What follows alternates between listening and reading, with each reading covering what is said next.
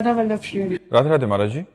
महाराज जी, हर किसी की जिंदगी में एक ऐसा समय आता है कि वो इतनी ठोकरें खा चुका होता है कि तब समझ में आता है कि मेरा कोई नहीं है। फिर श्री जी कुछ ऐसा संभाल लेती हैं। तो ये बात बिना ठोकरें खाए समझ नहीं आती क्या महाराज? नहीं आती, नहीं आती। क्योंकि हमारी आशा रहती है ना कि हमको कोई प्यार करे, हमारा कोई हो। और संसार में प्रियता तो लगता है कि इन्होंने नहीं प्यार किया तो शायद ये प्यार करे, माँ ने प्यार नहीं किया तो पिता प्यार करे, भाई प्यार करे, हमारा फ्रेंड प्यार करे। मतलब हमारी एक भूख रहती है कि कोई हमें प्यार करे। सबकी रहती है, आपकी नहीं, पूरी सृष्टि की, पशु पक्षी की भी रहती है। पशु पक्षी की भी रहती है, कोई प्यार करे। हम लोग प्रेम के भूखे हैं, लेकिन प्रेम यहाँ है नहीं। यहाँ छल है, कपट है, स्वार्थ है, अपनी वासना की पूर्ति है।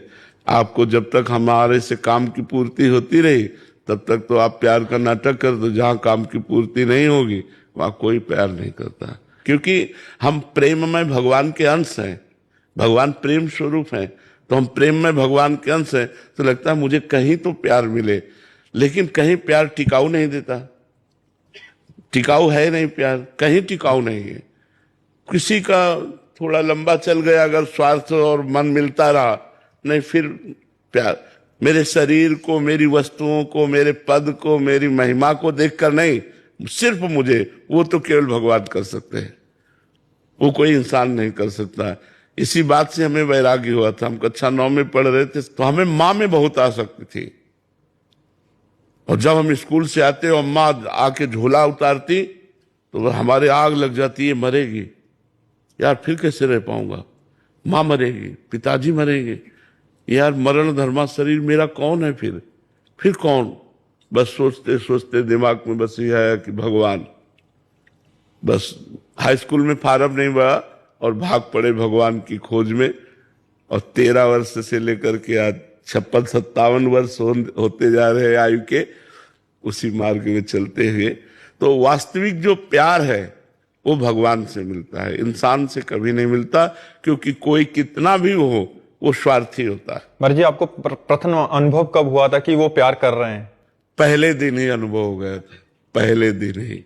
हम जब भगे, और भगवान शंकर का मंदिर है नंदेश्वर, वहां से तो 3 बजे सुबह तड़के भगे थे। अपनी माता जी से केवल बताया था कि हम कल घर छोड़ देंगे, भगवान के मार्ग के पथिक बनेंगे, संत बनेंगे।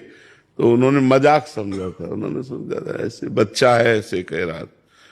3 बजे तड़के पिताजी को सोते देखकर प्रणाम किया, माताजी को प्रणाम किया, और बहनें भाई परिवार के सबको प्रणाम किया।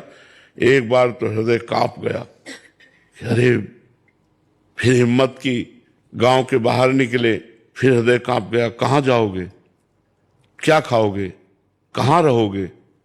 बस उत्तर अंदर से जहां भगवान रखेंगे, जैसे रखेंगे। तो भाग करके सूर्य उदय हुआ था तब पहुंचे थे। शंकर जी का मंदिर था नंदेश्वर, तो वहां जाके बैठ गए। 12 बजे तक नाम जप करते रहे। ब्राह्मण परिवार में जन्म हुआ था तो ये सब संस्कार पहले से थे। नाम जप करते रहे। अब लगी भूख, अब याद आई अम्मा कि अम्मा से तो इस समय भोजन मिल जाता था, अब कहाँ से भोजन मिलेगा।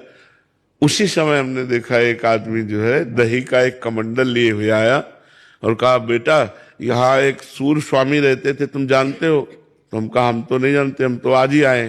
बोले उनकी कुटिया में ताला लगा, तुम दही पी लो।